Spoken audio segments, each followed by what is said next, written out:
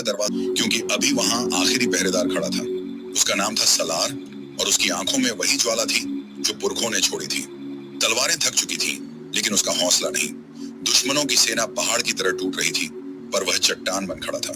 सलार ने कदम आगे बढ़ाया और जमीन पर लकीर खींच दी। इसे पार किया तो मौत तय है। दुश्मन हंसे, लेकिन एक पल बाद उनका लहू बोलने लगा। हर वार उसके ईमान से निकला, हर चीख उसकी तकदीर से टकराई। आखिर में सलार अकेला बचा और पूरा किला उसके पीछे। वह थका नहीं था, बची रहा था, क्योंकि उसका लहू इबादत था। किला बच गया, क्योंकि एक सलार अब भी जाग रहा था। कबीले का दरवाजा टूटा नहीं था, क्योंकि अभी वहां आखिरी पहरेदार खड़ा था। उसका नाम था सलार और उसकी आंखों में वही ज्वाला थी जो पुरखों ने छोड़ी थी।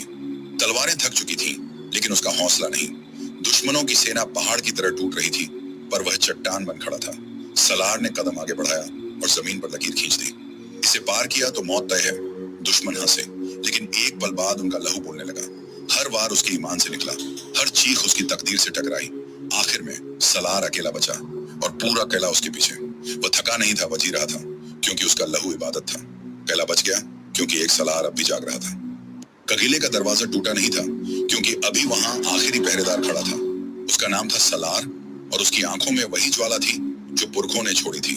तलवारें थक चुकी थी, लेकिन उसका हौसला नहीं।